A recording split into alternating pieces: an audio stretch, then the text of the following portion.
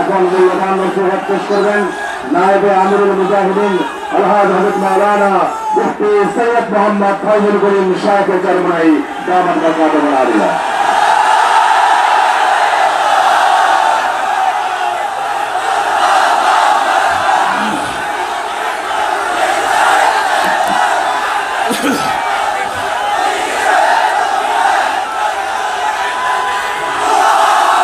আসসালামু আলাইকুম ওয়া রাহমাতুল্লাহি ওয়া বারাকাতুহু।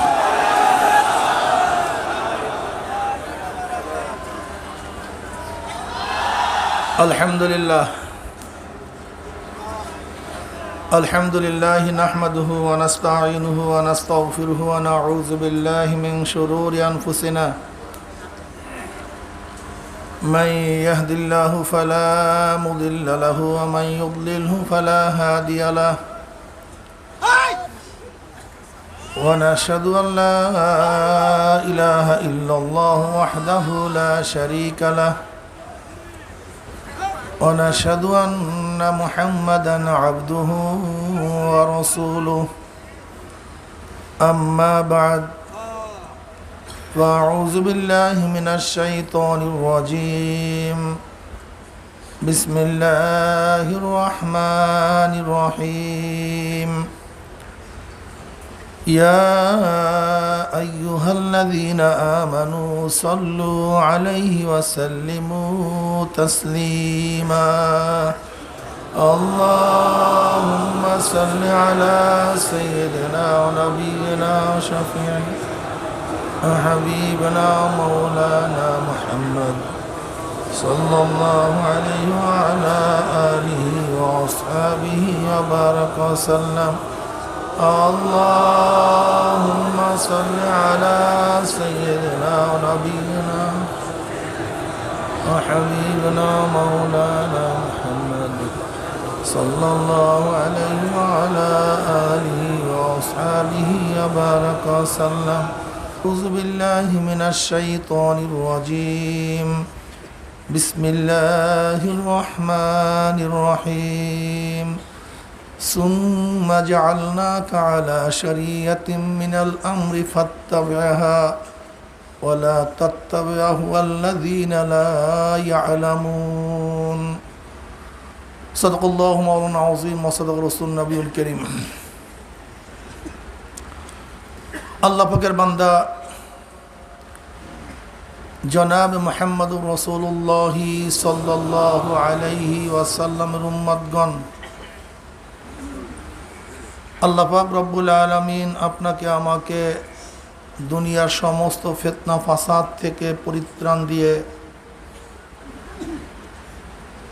এই দুর্যোগপূর্ণ আবহাওয়ার মধ্যেও ভাবছিলাম মাহফিল হবেই না, এরপর আল্লাহ পাক রব্বুল আলামিনের ফয়সালা অনুযায়ী সুন্দর এক পরিবেশের ব্যবস্থা করে দিয়েছেন, আসার তৌফিক দান করছেন। এর জন্য শুকরিয়া দান সবাই বলে আলহামদুলিল্লাহ।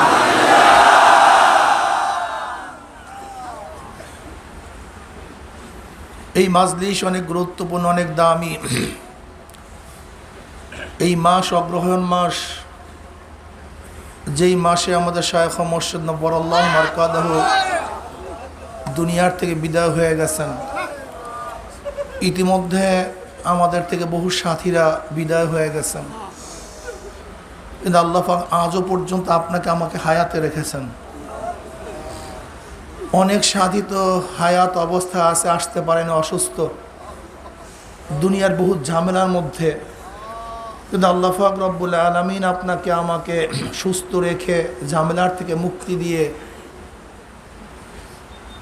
এই মাজলিসকে আমাদের শায়খরা ব্যাটারির চার্জের মাজলিস বলতেন। যেরকম ব্যাটারি মাঝে মাঝে চার্জ দিতে হয়, মাঝে মাঝে চার্জ দিতে হয়, চরমনাই দুই মাহফিলকে সেই চার্জের সাথে তুলনা করছে। দীর্ঘদিন পর্যন্ত বাড়িতে বিভিন্ন জায়গায় কাজে কর্মে ব্যস্ত থাকার কারণে চার্জ কমে যায়, ঈমান এবং আমলের চার্জ। আবার চরমনাইয়ের ময়দানে কিছুদিন থেকে পরিপূর্ণ চার্জ দিয়ে আবার বাড়িতে আমরা ফিরে যাই। সেই চার্জ দেওয়ার জন্য আল্লাহ পাক আপনাকে আমাকে আসার তৌফিক দান করছেন। আসলে চরমনাইয়ের ময়দান একটা চার্জের ময়দান, আর এর দলিলও আছে। আল্লাহওয়ালাদের পরিবেশ তো ইমানের চার্জ হয়। হানজালা রাদিয়াল্লাহু তাআলা আনহুর মাশহুর ঘটনা আমরা সবাই জানি। হযরত হানজালা রাদিয়াল্লাহু তাআলা আনহু জনাব মুহাম্মদ রাসূলুল্লাহ সাল্লাল্লাহু আলাইহি ওয়াসাল্লামের মাজলিসে ছিলেন। নবী আলাইহিস সালাতু ওয়াস সালামের সোহবাতে থাকার সময় মনের হালাত, কলবি হালাত যে কি হয়, সে যে তার দরবারে ছিল সেই উপলব্ধি করতে পারত। হানজালা রাদিয়াল্লাহু তাআলা আনহু নবী আলাইহিস সালাতু ওয়াস সালাম সোহবাতে ছিলেন, তার মাজলিসে ছিলেন। নবী আলাইহিস সালাতু ওয়াস সালামের বয়ান শুনছেন, জান্নাত জাহান্নামের আলোচনা শুনছেন। তাই নবী আলাইহিস সালাতু ওয়াস সালামের জবানের আলোচনার অবস্থাটা কি হয়? মনে হয় জান্নাত দেখতেছি, জাহান্নামে পড়ে গেছি, এই অবস্থা। হানজালা রাদিয়াল্লাহু তাআলা আনহু বাড়িতে গেলেন। বিবি, বাল বাচ্চা, সংসার, ব্যবসা বাণিজ্য, এই ঝামেলার মধ্যে মত্ত হওয়ার পরে নবী আলাইহিস সালাতু ওয়াস সালামের দরবারে যে হালাত ছিল, যে অবস্থা ছিল, সেই অবস্থার পরিবর্তন চলে আসছে। হানজালা রাদিয়াল্লাহু তাআলা হঠাৎ চিন্তা করলেন যে নবী আলাইহিস সালাতু ওয়াস সালামের সামনে এক অবস্থা, পিছনে ভিন্ন অবস্থা, নিশ্চয়ই আমি মুনাফিক হয়ে গেছি। হানজালা মুনাফিক হয়ে গেছে, হালাত চলে আসছে, হানজালা মুনাফিক হয়ে গেছে।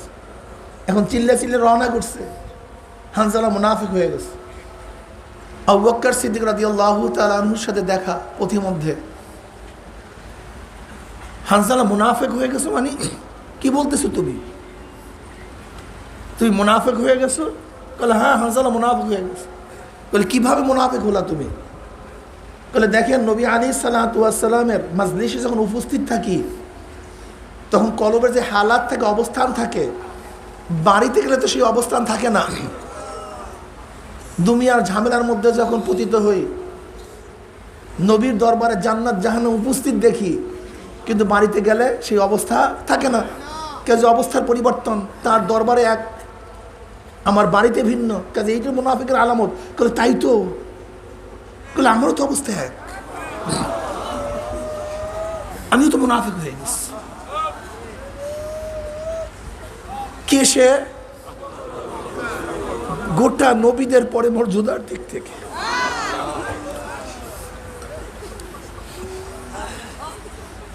গোটা নবীদের পরে মর্যাদার দিক থেকে যে এক নম্বর, সে যদি এই কথা বলতে পারে তা আপনার আমার অবস্থাটা কোথায় গিয়ে বস? আবু বকর মুনাফিক হয়ে গেছে। ভাই তুমি ঠিকই বলছ, আমার তো একই অবস্থা। নবীর দরবারে থাকলে যে হালাত, বাইরে গেলে সে হালাত থাকে না। উভয় গেলেন জনাবে মুহাম্মদ রাসূলুল্লাহ সাল্লাল্লাহু আলাইহি ওয়াসাল্লামের দরবারে, বলছেন ইয়া নবী আল্লাহ, আমরা তো মুনাফিক হয়ে গেছি। বলে কিভাবে তোমরা মুনাফিক হলা? আবু বকর, হানজালা বলে ইয়া নবী আল্লাহ, ইয়া রাসূলুল্লাহ, আপনার দরবারে থাকলে, আপনার বয়ান শুনলে, আপনার আলোচনা শুনলে, আপনার মাজলিসে বসলে কলবের যে অবস্থা থাকে, বাড়িতে গেলে অবস্থা থাকে না, পরিবর্তন হয়ে যায়। আপনার সামনে এক অবস্থা, পিছনে ভিন্ন অবস্থা, কাজী মুনাফিক হয়ে গেছে। এতে তোমরা মুনাফিক হও নাই, এতে তুমি মুনাফিক হও নাই। আমার দরবারে থাকলে, আমার কাছে থাকলে তোমার যে অবস্থা থাকে, এই অবস্থা যদি সব সময় থাকতো তাহলে তোমাদের বিছানায়, রাস্তায় ফেরেশতারা তোমাদের সাথে মুসাফা করত।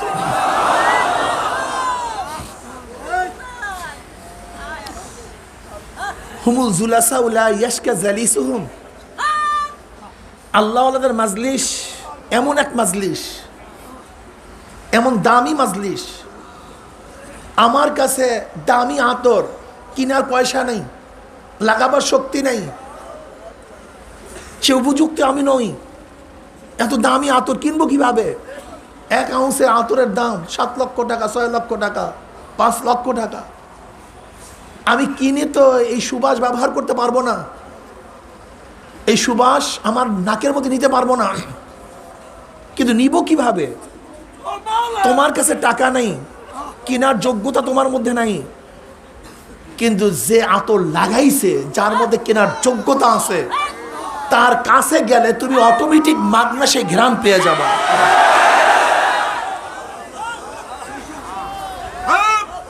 আল্লাহর মাজলিস, এই দামি মাজলিস। আমি গুনাহগার, নালায়েক, নাফরমান, আমার কলবের অবস্থা ভালো না। আল্লাহ পাকের নূরের তাজাল্লি,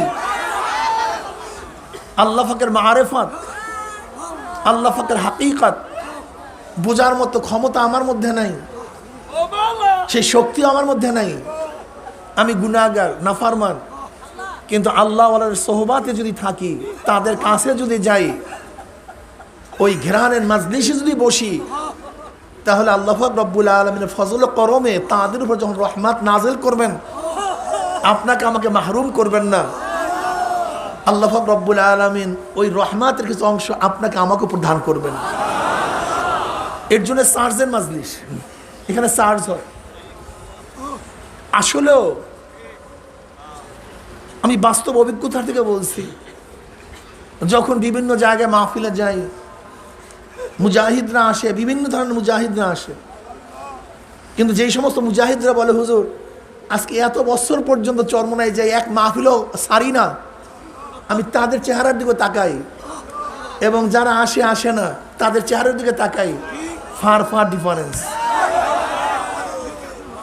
ফার ফার ডিফারেন্স।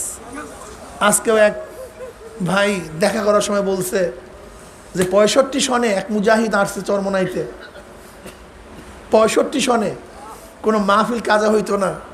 এই মাহফিলের কিছুদিন আগে দুনিয়ার থেকে বিদায় হয়ে গেছে। মুগদান আমাদের এক মুজাহিদ।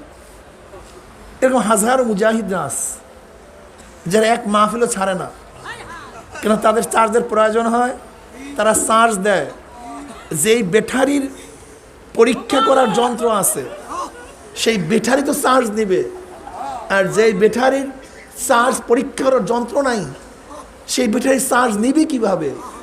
যাদের কলবের খেয়াল আছে তারা তো চার্জ গ্রহণ করবে, আর যাদের কলবের খেয়ালই নাই, চার্জ আছে কি নাই এ চিন্তা তোয়াক্কাও তারা করে না।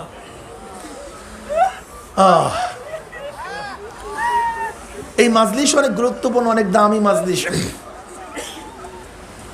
আমার দাদাজান রহমতুল্লাহ আলাই, আব্বাজান রহমতুল্লাহ আলাই 3 দিনের মাহফিলে সাধারণত 3 ধরনের বয়ান করতেন। সাধারণত প্রথম দিন ইলমে মারিফাতের বয়ান বেশি করতেন, দ্বিতীয় দিন ইলমে শরিয়াত সম্পর্কে বেশি বয়ান করতেন, তৃতীয় দিন মাদ্রাসা সংক্রান্ত বিষয়, চতুর্থ দিন ফজরের পরে সাধারণত তাজকিয়া সম্পর্কে বেশি আলোচনা করতেন। আর আব্বাজান রহমতুল্লাহ আলাই সাধারণত তার বয়ানগুলিতে সব ধরনেরই কথা সব সময় আসতো। শরিয়াত এবং মারিফাত আমরা অনেকেই মনে করি ভিন্ন এক বিষয়। শরিয়াত এক জিনিস, মারিফাত ভিন্ন জিনিস।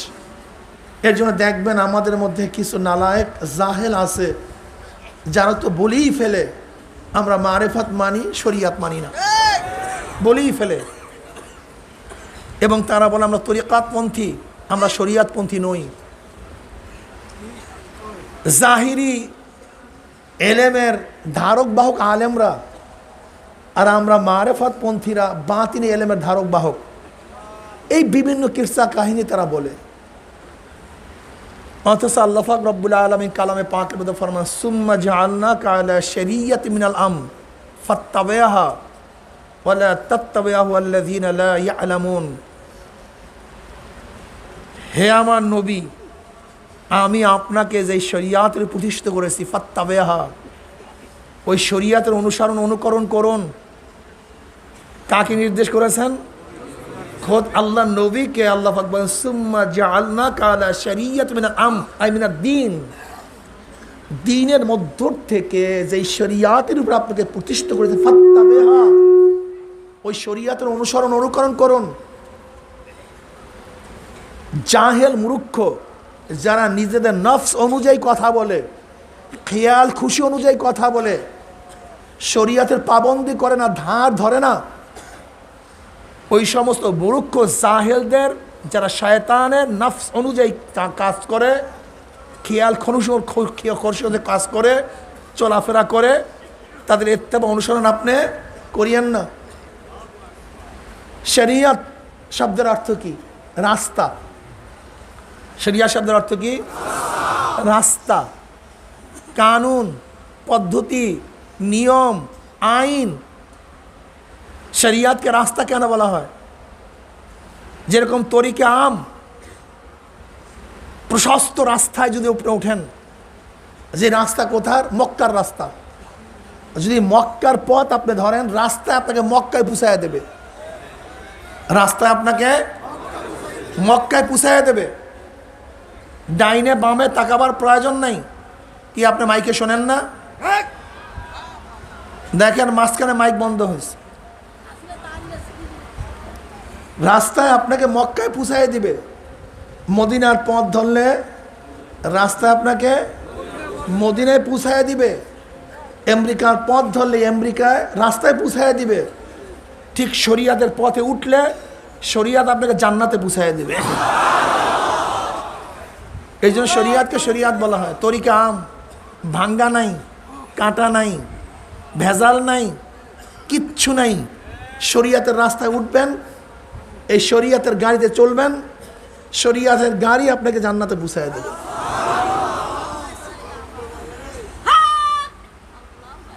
শরিয়াত জিনিসটা কি? দেখেন আল্লাহ পাকের আহকাম দুই ধরনের, আহকামে তাকবিনী, আহকামে তাশরিঈ। আহকামে তাকবিনী কি বলা হয়? কোন আহকামকে বলা হয়? যে আহকামগুলি, কানুনগুলি, নিয়মগুলি কুন ফায়াকুনের আওতাধীন। কিসের আওতাধীন? কুন ফায়াকুন। আল্লাহ পাক রব্বুল আলামিন সূর্যকে বলছে কুন ফায়াকুন, সূর্য চলতেছে। আল্লাহ পাক আসমানকে বলছে কুন, উঁচা হও, ফায়াকুন, সে উঁচা হয়ে গেছে। আল্লাহ পাক রব্বুল আলামিন আসমানকে উঁচা করছেন। আল্লাহুল্লাযী রাফা আস-সামাওয়াতি বিগাইরি আমাদিন তারাউনাহা। আল্লাহুল্লাযী রাফা আস-সামাওয়াতি, রফা, রফা শব্দ ব্যবহার করেছেন, উঁচা। আসমানকে কি করছেন আল্লাহ পাক? কত উঁচা জানি না। وَزَيَّنَّا السَّمَاءَ الدُّنْيَا بِمَصَابِيحَ وَجَعَلْنَاهَا رُجُومًا لِلشَّيَاطِينِ। আল্লাহ পাক প্রথম আসমানকে তারকা রাজির দ্বারা সুশোভিত করেছেন।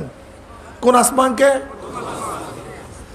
এরকম 7টা আসমান, তাই প্রথম আসমানকে আল্লাহ পাক তারকা রাজির দ্বারা সুশোভিত করেছেন। প্রথম আসমান কই? বিজ্ঞানীরা বলে অনেক তারকা আছে যা জন্ম হওয়ার পর থেকে আজ পর্যন্ত তার আলো দুনিয়াতে আসে নাই। কোরআনের ভাষায় সেই তারকাও প্রথম আসমানে, তার আলোই পৌঁছে নাই। তাহলে এখন মনে করেন সেই আসমান কোথায়? এটা আমরা জানি না। বলতে পারেন হুজুর ওই যে দেখি ওইটা কি? ওটা আমাদের চোখের সীমার শেষ। কিন্তু আসমান আমরা দেখি না, আমাদের চোখের উপরে আসমান। সূর্য দেখি, সূর্য তো আসমানের মধ্যে, কি কথা ঠিক না? অথচ 9,30,00,000 মাইল দূরে সূর্য দেখি। ওই যে ছোটো ছোটো তারকাগুলি দেখেন, তা সূর্যের চেয়ে অনেক অনেক উপরে। আবার অনেক তারকা আছে তার উপরে, সেটা আরও উপরে, তার উপরে আরও উপরে। আল্লাহুল্লাযী রাফা আস-সামাওয়াতি বিগাইরি আমাদিন তারাউনাহা। ওই খোদা, ওই আল্লাহ যিনি রফা, উঁচা করেছেন আসমানকে, যা তোমরা দেখতেছো, বিগাইরি আমাদিন, খুঁটি ব্যতীত, কোনো খুঁটি নেই। কিভাবে? কোন আসমান, তুমি উঁচা হও, ফায়াকুন, সে উঁচা হয়ে গেছে, সে উঁচা। তা আল্লাহ পাক উঁচার ব্যাপারে রফা শব্দ ব্যবহার করেছেন। এইভাবে আল্লাহ পাক রব্বুল আলামিন আলেমদের শান বয়ান করতে গিয়ে রফা শব্দ ব্যবহার করছেন। কি শব্দ ব্যবহার করছেন? যে আল্লাহ পাক রব্বুল আলামিন মুমিনদের শান এবং মানকে উঁচা করে ফেলছেন। কি কথা ঠিক না?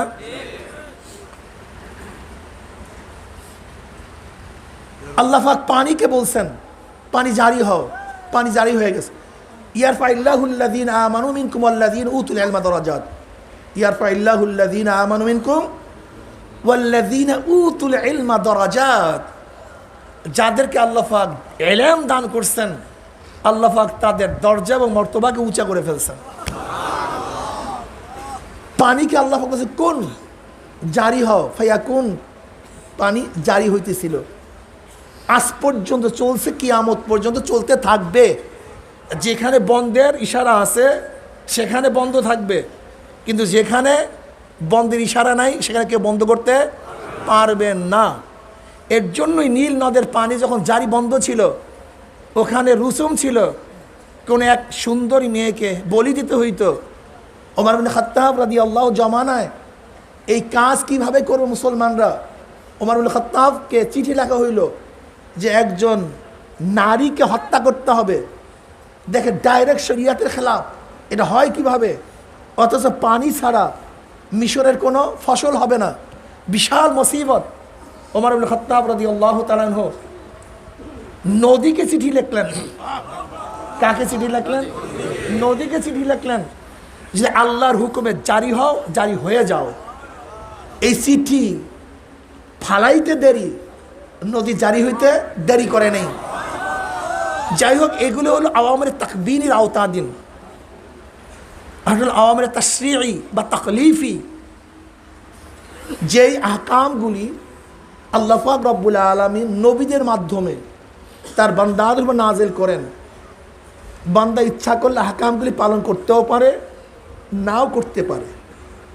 পালনীয় আহকামগুলি যদি পালন করে আর বর্জনীয় আহকামগুলি, হুকুমগুলি যদি বর্জন করে, বান্দা মোমেন, মুত্তাকিন, আবিদিন, সালিহিন, কানিতিন, বিভিন্ন আওসাফ গুণে গুণান্বিত হয়ে যায়, বান্দা জান্নাতে চলে যায়। আর পালনীয় আহকামগুলি যদি পালন না করে, বর্জনীয় আহকামগুলি যদি বর্জন না করে, বান্দা কাফের, মুরশিদ, মুনাফিক, জালেম, ফাসিক, বিভিন্ন গুণে গুণান্বিত হয়ে বান্দা জাহান্নামে চলে যায়। একে বলা হয় আওয়ামের তাশরিঈ, শরিয়ত। শরিয়ত, এই শরিয়তের তিনটা সাইড, তিনটা দিক। কয়টা দিক ভাই? জোরে বলেন। তিনটা দিক আছে। বিশ্বাসের সাথে আকীদার সাথে সম্পৃক্ত ইলমকে ইলমুল আকায়েদ বলা হয়। বাতিনি আমলের সাথে সম্পৃক্ত ইলমকে ইলমে তাসাউফ বলা হয়। বাহ্যিক আমলের সাথে সম্পৃক্ত ইলমকে ইলমুল ফিকহ বলা হয়। সবই শরীয়তের অংশ, শরীয়তের বাহিরে না। আমি মানুষ, বাস এক কথায় মানুষ। যখন বিশ্লেষণ করবেন তখন একটা শরীর, একটা রূপ, কিন্তু সবই কিন্তু মানুষের সমষ্টি, অংশ। যদি মানুষের বিশ্লেষণ করেন তখন হাত, পা, চক্ষু, জবান কিছু মানুষ থেকে খালি না, পার্থক্য না। ঠিক তদ্রূপ ইলমে ফিকহ, ইলমে তাসাউফ, ইলমে মারিফাত সবই শরীয়তের অংশ। যখন ব্যাখ্যা করি তখন একটাকে মারিফাত বলি, একটাকে শরীয়ত বলি, কিন্তু সবই শরীয়তেরই অংশ। এটা মনে রাখতে হবে। এর জন্যই ইমাম আজম আবু হানিফা রাহমাতুল্লাহ আলাইহির কাছে যখন ফিকহর তারিফ বা ফিকহর তারিফ কি, ফিকহ কাকে বলা হয়, এই প্রশ্ন করা হয়েছে, তখন কি বলছেন? মারিফাতুন নফস মা লাহা ওয়া মা আলাইহা। মারিফাতুন নফস, অন্তর্ভুকার হবে, অন্তরের, কলবের, নিজের পরিচয় লাভ করা যে উপকার হবে, এই সব কিছু জানা, মানা, তার নামই ফিকহ। তার নামই কি? ফিকহ। মানুষের উপকার হবে। কিসের দ্বারা উপকার হবে? শরীয়ত মানলে। শরীয়ত কি জিনিস? দুইটা জিনিসের নাম, বাহ্যিক এবং ভিতরগত। আমি মানুষ, দুই জিনিসের নাম মানুষ, শরীর, রূহ। ঠিক প্রত্যেক ইবাদতের দুইটা সাইড আছে, একটা বাহ্যিক আর একটা কি? ভিতরগত। ঠিক না? বাতেন, যাকে আমরা ইলমে বাতেন বলি, ইলমে মারিফাত বলি। তাহলে দেখেন শরীয়তের তিনটা সাইড হয়ে গেল। আর এই শরীয়তের উপরে চলার জন্য, শরীয়তের উপরে চলার জন্য যে পদ্ধতি, প্রক্রিয়া, পন্থা আবিষ্কার করা হয় তাকে বলে তরিকাত। কি বলা হয় ভাই? এই যে তরিকা, তরিকা শোনেন না, তরিকা জিনিসটা কি? তরিকা মানেও রাস্তা, পন্থা। তরিকা আবিষ্কার কেন করছি? শরীয়তের উপরে চলার জন্য যেই পদ্ধতি, পন্থা, প্রক্রিয়া আবিষ্কার করা তাকে বলা হয় তরিকত, তাকে বলা হয়। যেমন এলমের দিন শিক্ষা গ্রহণ করার জন্য যেই পদ্ধতি, প্রক্রিয়া আবিষ্কার করা তাকে বলে মাদ্রাসা। মাদ্রাসা জিনিসটা কি? বিল্ডিংয়ের নাম তো মাদ্রাসা না, বিল্ডিংয়ের নাম মাদ্রাসা না। মাদ্রাসা কি জিনিস? যেখানে কোরআন ও হাদিস শিক্ষা গ্রহণ করা যায়, কোরআন ও হাদিস শিক্ষা দেওয়া হয়, সেই জায়গা কি বলা হয়? এটা মহাবারা, এটা পরিভাষা। কি কথা ঠিক না? ঠিক তদ্রূপ শরীয়তে চলার জন্য যেই পদ্ধতি, পন্থা, প্রক্রিয়া আবিষ্কার করা হয় তাকে কি বলা হয় ভাই? তরিকা। তরিকা, তাকে তরিকা বলা হয়। যদি তরিকা বেদাত হয় তার মাদ্রাসা কি হবে? তা একই তো কাজ। মাদ্রাসার মধ্যে যদি ক্লাসের তফকা থাকে, প্রথম, দ্বিতীয়, তৃতীয়, চতুর্থ, এই যদি বেদাত না হয়, তা তরিকাতপন্থীরা শরীয়তে চলার জন্য যে সবকের পদ্ধতি করছে, 1 সবক, 2 সবক, 3 সবক, যদি মাদ্রাসার আউয়াল class, Sunny class, Salles class বেদাত না হয়, তা তরিকাতপন্থীরা তাদের কলবি এবং আমলি তারাক্কির জন্য যে ক্লাসগুলি খুলছে, 1 সবক, 2 সবক, 3 সবক, সেগুলি বেদাত হবে কেন? যদি ওইটাও বেদাত হয় তো এইটাও কি হবে? বেদাত হবে। যদি জাহিরে এলেম শিক্ষা গ্রহণ করার জন্য মাদ্রাসা বেদাত না হয়, তার তরিকা বেদাত হবে কেন? দেখেন, বাহ্যিক এলেম শিক্ষা দেওয়ার জন্য উস্তাদ ছাত্রদের জন্য বিভিন্ন পদ্ধতি, পন্থা আবিষ্কার করে, যেগুলি সরাসরি কোরআন হাদিসের মধ্যে নেই। 7 ক্লাস, 6 ক্লাস, এত সময় ঘন্টা, এত পরীক্ষা, এগুলি কোরআন হাদিসের মধ্যে সরাসরি নাই। এরপরে কোন অক্ষরের কিছু অংশ লেখা, কিছু অংশ বাদ দেয়া, মাঝখানে সংযুক্ত করা, এগুলি কোরআন হাদিসের মধ্যে সরাসরি নাই। উস্তাদ কখনো ছাত্র করে দাঁড়াইয়া পর, একটা উঁচা করে পর, কেতাব নিয়ে পর। আমি দেখছি আমাদের ওখানে হেফজখানা ছিল, আমাদের কুতুবখানায়, হেফজখানা ছিল। আমার অনেক মাসালা হল হয়ে গেছে ওই সময়। দেখি হাফেজ সাহেব কোনো ছাত্রকে কোরআন শরীফ হাতে দিয়ে 1 পা উঠাইয়া বলে, কোরআন শরীফ এরকম কি নিয়ে পড়তে থাক, পাও একটা জাগানো, 1 পায়ে দাঁড়ানো, কোরআন শরীফ। এখন আমি তখন চিন্তা করতাম যে কোনো মৌলবীর কাছে যদি প্রশ্ন করা হয়, এই যে কোরআন শরীফ এইভাবে পড়তে আছে, এটা কোথায় কোরআন হাদিসের মধ্যে আছে, এটা দেখা দাও তো একটু।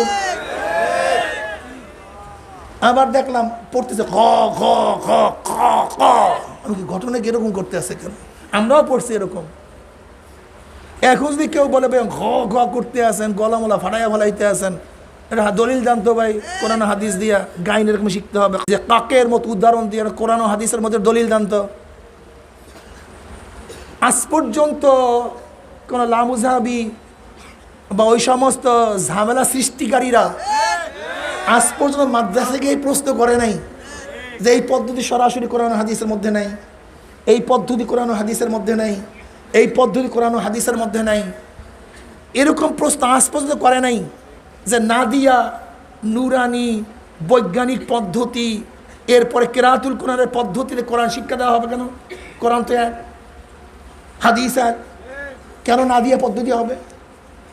কেন নুরানি পদ্ধতি হবে? কেন কোরআন শিক্ষা বোর্ড পদ্ধতি হবে? কেন বৈজ্ঞানিক পদ্ধতি হবে? কোরআন তো এক। এই প্রশ্ন আজ পর্যন্ত কেউ করে নাই। কেন? এই পদ্ধতি কি শিক্ষা দেওয়ার জন্য? জোরে বলেন। এখানে কোন পদ্ধতি কোরআন শিক্ষা দেওয়া হয়? না দিয়া। এখানে কোন পদ্ধতি কোরআন শিক্ষা দেওয়া হয়? নুরানি। এখানে কোন পদ্ধতি কোরআন শিক্ষা দেওয়া হয়?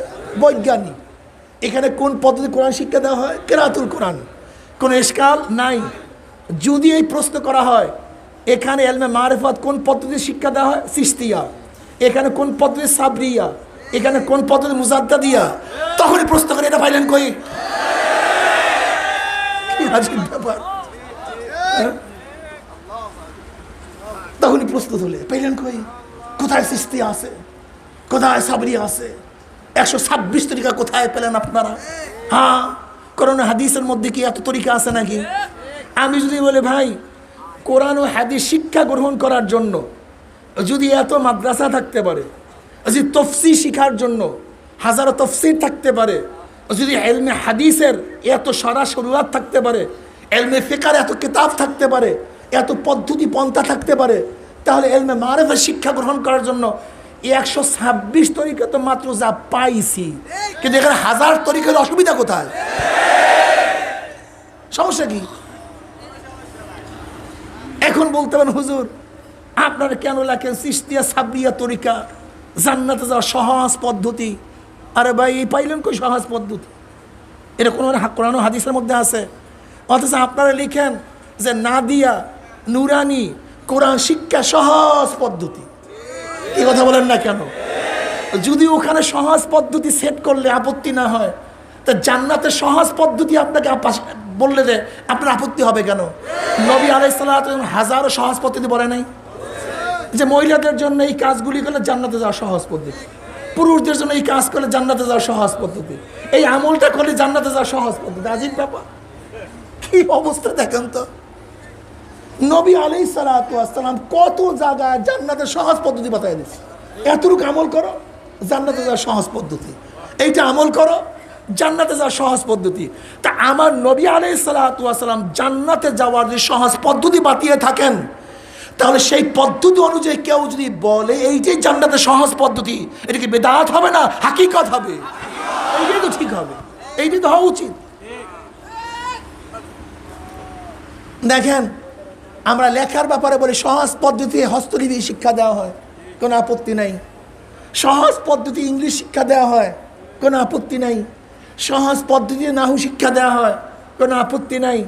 সহজ পদ্ধতি সরফ শিক্ষা দেওয়া হয়, কোনো আপত্তি। যদি বলা হয় সহজ পদ্ধতি আমল শিক্ষা দেওয়া হয়, জান্নাতের পথ বাঁধানো হয়, ভাই এটা পাইলেন কই? কি আজীব মানুষ, কথাটা বুঝাতে পারছি? সব মানুষকে গুমরাহ করার চক্র। তা আমরা কি বলছিলাম যে শরিয়াতের তিনটা বিশ্বাসের সাথে সম্পৃক্ত এলেমকে ইলমুল আকায়েদ ইলমুল কালাম বলা হয়, এবং বাতিনি আমলের সাথে সম্পৃক্ত এলেমকে ইলমে তাসাউফ বলা হয়।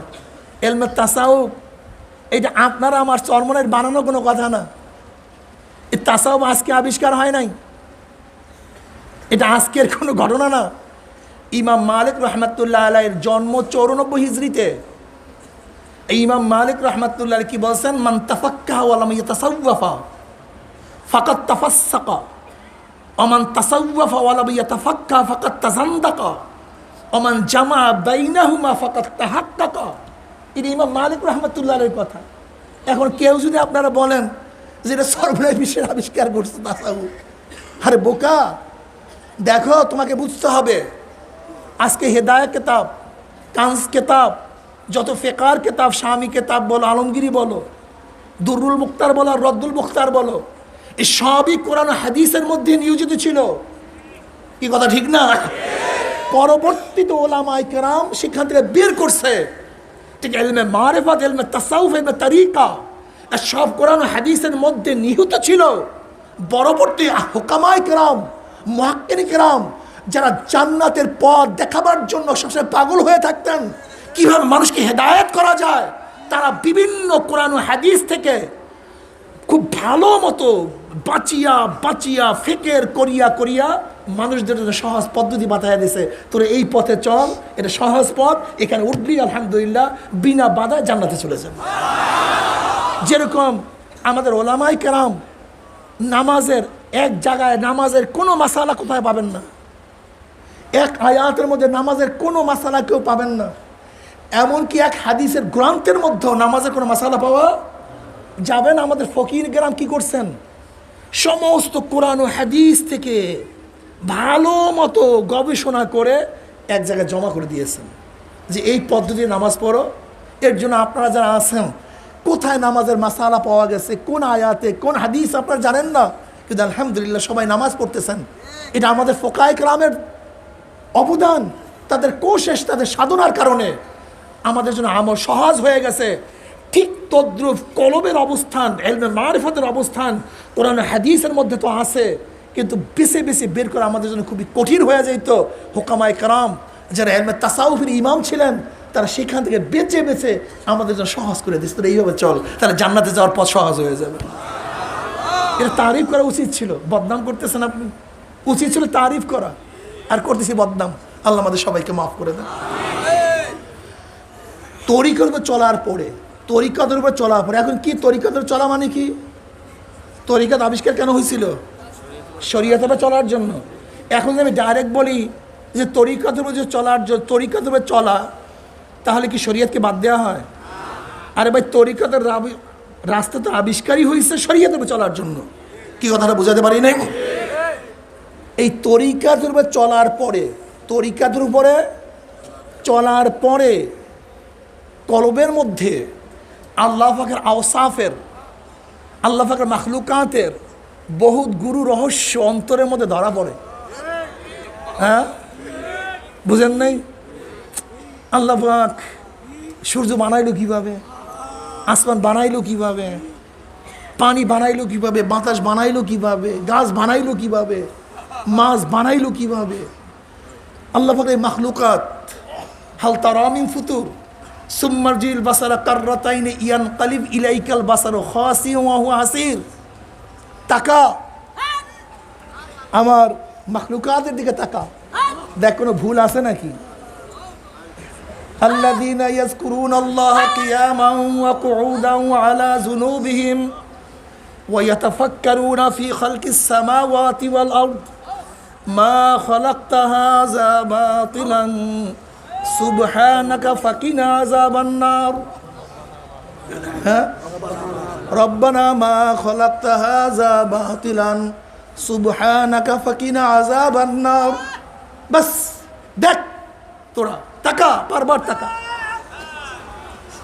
এই আল্লাহ পাকের মাখলুকাতের বহুত গুরু রহস্য অন্তরের মধ্যে জাগ্রত হয়, তাকে বলা হয় হাকিকত। তাকে বলা হয় কি? হাকিকত। এই হাকিকত তরিকাতে চলার পরে আল্লাহ পাকের আওসাফের বহুত গুরু রহস্য অন্তরের মধ্যে জাগ্রত হয়, তাকে বলা হয় মারেফাত। তাকে বলা হয় কি? মারেফাত। আল্লাহ পাক রহমান, রহিম, গফফার, সত্তার, আদের, সাবের, সত্তার, এই সমস্ত গুণগুলির মূল রহস্যটা কি? আল্লাহ পাকের এক একটা গুণের নূর কলবের মধ্যে জাগ্রত হয়, তাকে বলে মারেফাত। তাকে বলা হয় মারেফাত। যখনই আল্লাহ পাকের গুণ সম্পর্কে পরিচয় বান্দা পায়, তখন আল্লাহ পাকের জন্য পাগল হয়ে যায়। কেন? যে যার পরিচয় পায় সে তার পাগল হয়, সে তার কি হয়? এই বাস যখন মারেফাতের লাইনে মানুষ চলে যায়, তখন জেদার দেখতা হো মাই তু হি তু হ্যায়, তু হি তু হ্যায়, তু হি। এই শুরু হয়ে গেছে। এবার আর কিছু নেই, এবার সব সময় টেনশন। আমার মাওলা একটু কোথায় পাবো, কিভাবে পাবো, এই অন্তরের মধ্যে জ্বালা শুরু হয়ে যায়। এখন আর মাওলা ছাড়া কিচ্ছু বুঝে না। এখন কি অবস্থা হয়, তার হালাত কি হয়? ইন্না সলাতি ওয়া নুসুকি ওয়া মাহইয়াই ওয়া মামাতি লিল্লাহি রাব্বিল আলামিন। এই হালাত, এই আয়াতের তো আসলে মূল হালাত আমরা বুঝি না, হাকিকত বুঝি না। ইন্না সলাতি ওয়া নুসুকি ওয়া মাহইয়াই ওয়া মামাতি লিল্লাহি রাব্বিল আলামিন। আর লাগে কিছু? আর কিছু লাগে? আমার জানি ইবাদত, আমার মালি ইবাদত, আমার বাঁচিয়া থাকা, আমার মৃত্যুবরণ করা লিল্লাহি রাব্বিল আলামিন। এই শুরু হয়ে গেল। আসলে কি আমাদের বাঁচা কিসের জন্য? কই, আমরা তো ব্যবসার জন্য বাঁচতে চাই। আমার বাঁচা কিসের জন্য? আমি বড় আলেম এর জন্য বাঁচতে চাই। আমার বাঁচা কিসের জন্য? টাকা কামাই করবার জন্য বাঁচতে চাই। আমার বাঁচা কিসের জন্য? আমি চেয়ারম্যান হবে এর জন্য বাঁচতে চাই। আমি বাঁচতে কেন চাই? বিবাহ করব।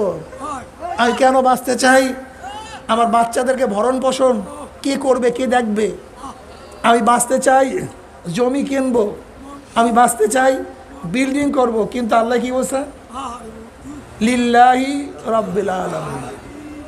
আমি বাঁচতে চাই নামাজ পড়ব, আমি বাঁচতে চাই রোজা রাখব, আমি বাঁচতে চাই ইবাদত করব, আমি বাঁচতে চাই জিকির করব, আমি বাঁচতে চাই তেলাওয়াত করব, আমি বাঁচতে চাই দাওয়াত দেব, আমি বাঁচতে চাই আল্লাহর পথে যুদ্ধ করব,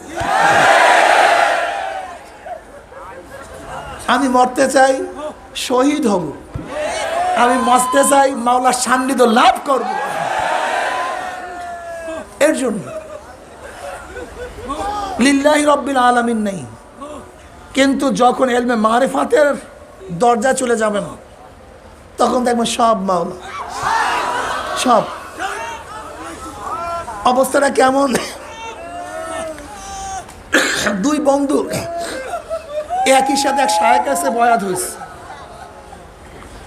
এক বন্ধু ছিল বিকলাঙ্গ, হাঁটতে পারতো না, আর এক বন্ধু ভালো। তা যেই বন্ধু বিকলাঙ্গ সে অনাহার, সে কাশফের মাধ্যমে জানতে পারছে তার আর এক বন্ধু উপবাস অনাহার অবস্থা আছে, কিন্তু সে তো আর হাঁটতে পারে না। তার স্ত্রীকে বলছে, স্ত্রী যাও, আমার বন্ধু আজকে 3 দিন পর্যন্ত উপবাস অবস্থা আছে, তুমি তার কাছে গিয়ে খানা পৌঁছায় দিয়ে আসো। এখন স্ত্রী বলছে, আমি নদী পার হবে কীভাবে? যেমন বিশ্বাসের নদী, উপরে বন্ধুর বাড়ি, এপারে আর এক বন্ধুর বাড়ি। যে ব্যক্তি খোড়া, হাঁটতে পারে না, তার বাড়ি এপারে। এখন স্ত্রী বলছে, আমি উপরে যাবো কীভাবে? খেয়া তো নেই। তাহলে যাও, নদীর পাড়ে গিয়ে বলো, মাওলা হ্যাঁ, তুমি তোমার ওই বন্ধুর উসিলায় নদী পার করে দাও যে 40 বছর পর্যন্ত স্ত্রী ব্যবহার করে না। 40 বছর পর্যন্ত স্ত্রী ব্যবহার করে না। এখন স্ত্রী করল, আমার স্বামী মিথ্যা কথা বললো কিভাবে? সে আমার স্বামী, আমি তার স্ত্রী, সে আমাকে ব্যবহার করে কি করে না সেও জানে, আমিও জানি। তার ঘরে কত বাচ্চা কাচ্চা, অথচ বলতেছে 40 বছর পর স্ত্রী ব্যবহার করে না। কিন্তু স্ত্রীর আকীদা, বিশ্বাস ছিল সে আমার স্বামী ওলি, খাস আল্লাহর বান্দা। এই যে বেদে মারেফাত, এই বেদে মারেফাত নিয়ে যারা ইশকাল তুলে, আমি তাদেরকে প্রশ্ন করতে চাই, ভাই নামই তো ভেদে মারেফাত, মারেফাতের ভেদ। তুমি এই রাস্তারই লোক না, এই রাস্তার সাথে তোমার কোনো পরিচয় নাই। সেদিকে আগে এসপি সাহেব আসতে, হুজুর ভেদে মারেফাত কেতাবটা আছে, কেন? আমি তো আছে তো। আমি বুঝছি যে কেউ হয়তো বা কিছু ওনার মাথার মধ্যে দিয়েছে। আমি বললাম, দেখেন আপনাদের পুলিশের কিছু টার্ম আছে, কিছু শব্দ আছে যেগুলো পুলিশি ভাষা, এটা অন্য অন্য ডিপার্টমেন্টের লোক এই ভাষা বুঝবে না। ডাক্তারদের ভাষা কিছু টার্ম আছে, ডাক্তারের বাইরে ইঞ্জিনিয়ার এই টার্ম বুঝবে না। আবার ইঞ্জিনিয়ারদের কিছু ভাষার টার্ম আছে যে ইঞ্জিনিয়ার বাইরে অন্য কেউ বুঝে না। সাহিত্যিকদের কিছু ভাষা আছে যা সাহিত্যিক ছাড়া অন্য কেউ বুঝবে না। ফকিরদের কিছু ভাষা আছে, কথাটা বুঝাতে পারি নাই। যেমন সুন্নাত শব্দ, সুন্নাত শব্দ কোরআনের মধ্যে আসছে, হাদিসের মধ্যে আসছে, ফিকহের মধ্যে আসছে। একই সুন্নাত শব্দ, একই হুবাহু একই লেখা, কিন্তু কোরআনের ভাষায় এক অর্থ, হাদিসের ভাষায় ভিন্ন অর্থ, ফিকহের ভাষায় সম্পূর্ণ ভিন্ন অর্থ, একই সুন্নাত। তা ফিকহের কিছু শব্দ আছে, টার্ম আছে, যেগুলি তাদের এলেমের সাথে সম্পৃক্ত, অন্য কেউ বুঝবে না। তাই আমি বলছি, মারেফাত পন্থীদেরও কিছু ভাষা আছে যেগুলি মারেফাত পন্থীদের জন্য সম্পৃক্ত, অন্য কেউ বুঝবে না। এই টান বুঝতে গেলে তাদের এই এলেম আপনাকে শিখতে হবে, এছাড়া বুঝবেন না। আমি বললাম, যদি কোনো জায়গায় ইশকাল বাজে আমাকে প্রশ্ন করিয়েন, কিতাব নিয়ে যান। এখন স্ত্রী তো তার স্বামীর উপর আস্থা আছে, আমার স্বামী আল্লাহর ওলি, গিয়া বলতেছে, দেখেন টানটা কোন জায়গায়, এই ঘটনা বললেই বুঝতে পারবেন আসলে হাকিকতটা কি এবং মারেফাতটা কি। গিয়া নদীর পেয়ে বলতেছে, মাওলা হে, তোমার ওই বন্দার উসিলে আমাকে নদী পার করে দাও। যে 40 বছর পর স্ত্রী ব্যবহার করে না। দেখেন আবার জাহিরিওয়ালারা, মানে যারা এই লাইনের না, তারা বলবে হুজুরে কি কি শাক শুরু করছে। আমি দলিল দিতে আসি, দেখেন বুখারীর মধ্যে কারামতের বয়ান আছে। ওই যে এক ব্যক্তি একজনার থেকে 1000 দিরহাম ধান নিছে, সময় মতো পাঠাইয়া দিবে, কিন্তু পার হওয়ার কোনো খাওয়া পায় না, পার হওয়ার কোনো খাওয়া পায় না। একজনের কাছে আগেই দিরহাম পাঠাইয়া দিছে, কিন্তু মনের মধ্যে ওয়াসওয়াসা যে সময় মতো পুষলো কিনা, ওয়াদা খেলাফ না হয়। আর আমাদের মুজাহিদরা আমার সাথে ওয়াদা খেলাফ করে, বারবার ওয়াদা খেলাফ করে,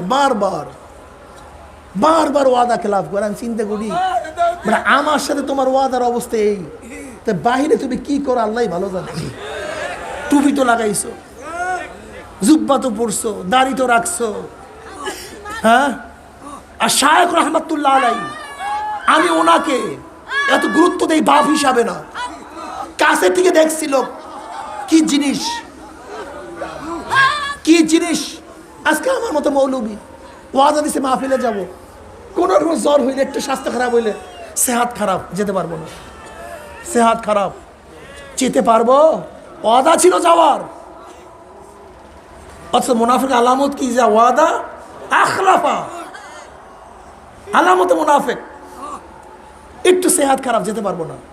আর আব্বাজান রহমাতুল্লাহ ওয়াদা রক্ষা করার জন্য 10 নাম্বার সিগন্যাল অতিক্রম করে তারা মাহফিলে হাজির হয়েছে। আমি দেখি নাই জীবনে ওয়াদা খেলাফ করতে, আমার বাবাকে জীবনে দেখি নাই, ওয়াদা খেলাফ করতে। দরবেশ আর আলেম আর মুফতি আর মুহাদ্দিস, ওয়াদা খেলাফ। ওয়াদা দেওয়ার আগে চিন্তা করো। আল্লাহ পাকের শুকর, আমি তো কাউকে কোনো ওয়াদা দিলে আগে চিন্তা করে ওয়াদা পালন করতে পারবো কি পারবো না। আল্লাহ না করে কোনো ঘটনা ঘটলে আগেই জানায় দে, ভাই অবস্থায় কি করব, ওয়াদা খেলাফ। তুই বুখারী উল্টায় দেখো, ওই ব্যক্তি চিন্তা করছে ওয়াদা মতো যদি টাকা না পুষাতে পারি, একজনের কাছে পাঠায় দিস, কিন্তু মনের মধ্যে সন্দেহ, যদি না পুষে কি অবস্থা হবে। তিনি কি করছেন, আল্লাহর ভরসা করে একটা কাঠের বাক্স বানাইছে, কাঠের বাক্সের মধ্যে সেই দিরহাম রাইখা নদীর মধ্যে ছাড়িয়ে দিয়েছে, আল্লাহ তুমি এই টাকা তার কাছে পৌঁছায় দাও। হাদিসের মধ্যে আসছে পানি উল্টা দিকে বাক্স আস্তে আস্তে তার দিকে চলতেছিল। বুখারীর রওয়ায়াত, তুমি এই পানি ওই বেচারার জন্য অনুগত্য করে দিছে। আল্লাহ পাক তো ওই দান, যে ব্যক্তি ঋণ নিছে, দাইন ছিল, সে ব্যক্তির ঋণকে পরিশোধ করার জন্য আল্লাহ পাক রব্বুল আলামিন পানিকে তার অনুকূল করে দিচ্ছে। এখন ব্যাপার মাওলার জন্য বেটা, এ তো কোন ফায়াকুনের আওতায়। আমরা কোনো ঘটনা বয়ান করলে হুজুরা কোথা থেকে কেটসা কাহিনী বাড়ি করে। সেদিনে চিটাং গেলাম, 2 জন আলেম আসছে, আইসে ওই কথাবার্তা অনেকক্ষণ পড়ার পর সুবিধা পায় না, সুবিধা না পাইয়া এখন কয় আমি চরমনের দাওয়াত দিলাম, কলে হুজুর বাসের মধ্যে কি ওঠে এখনো, একটু তাসিল করার জন্য। আমি কলে ভাই পাহাড় তো পায় না, এর জন্য বাসে ওঠে, পাহাড় পাইলে পাহাড়ে উঠতো। জবাবটা আপনার বুঝেন নাই, জবাবটা আপনার বুঝেন নাই, যে এই কথা বলছি এখন থমকে গেছে। আমি বলি ভাই আপনিও বুঝেন নাই। জনাবে মুহাম্মদ রাসূলুল্লাহ সাল্লাল্লাহু আলাইহি ওয়াসাল্লামের উপরে যখন ওহী বন্ধ হয়ে গেছে, যখন ওহী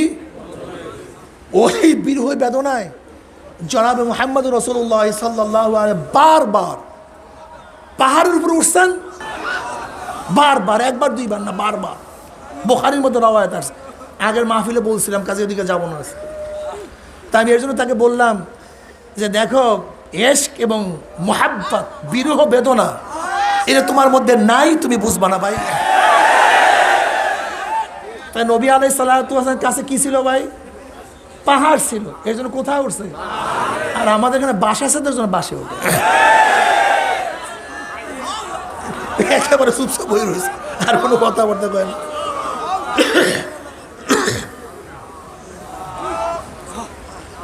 কাল হুজুর উপরের দিকে ওঠে কেন? এইটাই তো ধারণা। ওটা আমাদের ধারণা। যেমন ওই রেজাউল খান আবরার সাহেবরা জবাব দিয়েছে যে আল্লাহ পাক যদি সব জায়গায় থাকে তাহলে আমরা আসমানের দিকে হাত উঠাই কেন? বলে এইটা দোয়ার আদব। তার মানে আল্লাহ উপরেই আসে বিদেয় হাত উঠে, তা না, এটা দোয়ার আদব। কি কথা ঠিক না? মানুষ উপরের দিকে যাইতে চায়, নিচের দিকে যাইতে চায় না। এর এশক এবং মারফত যখন চলে আসে তখন উপরের দিকে জাগতে চায়। কথা ঠিক না? যেই মৌলবীর এই উদাহরণ দিয়েছে আসতে তাইতে চলে গেছে, আর দিকে কোনো কথাবার্তাই কয় না। তা উনি তো গিয়া নদীর ব্যাগে বলছে, মাওলা হ্যাঁ তুমি তোমার ওই অলির উসিলে আমাকে নদী পার করে দাও, যে 40 বছর প্রতি স্ত্রী ব্যবহার করে নাই। আল্লাহর কি কৃষ্ণা, নদীর পানি শক্ত হয়ে গেছে। কি শক্ত হইতে পারে কি পারে না? ওই টাকার বাক্স উল্টা দিকে যাইতে পারে কি পারে না? পানি শক্ত হয়ে গেছে, পার হয়ে চলে গেছে। গিয়া দেখে আসলে ঘটনা তাই। 3 দিন পর্যন্ত কিছু মিলাতে পারে নাই, খাইতে পারে নাই। পর্দার আড়ালে খানা খাওয়াইছে। এখন বলতেছে আমি যাবো কিভাবে, নদী পার হবে কিভাবে, খেয়া তো নাই, বলে আসছো কিভাবে? বলে এরকম বলিয়া নদী পার হয়ে আসছে। বলে যাও এবার গিয়া নদীর পাড়ে গিয়া বলো, মাওলা হে তোমার ওই অলির উসিলা তুমি নদী পার করে দাও, যে 40 বছর পর্যন্ত খানা খায় নাই।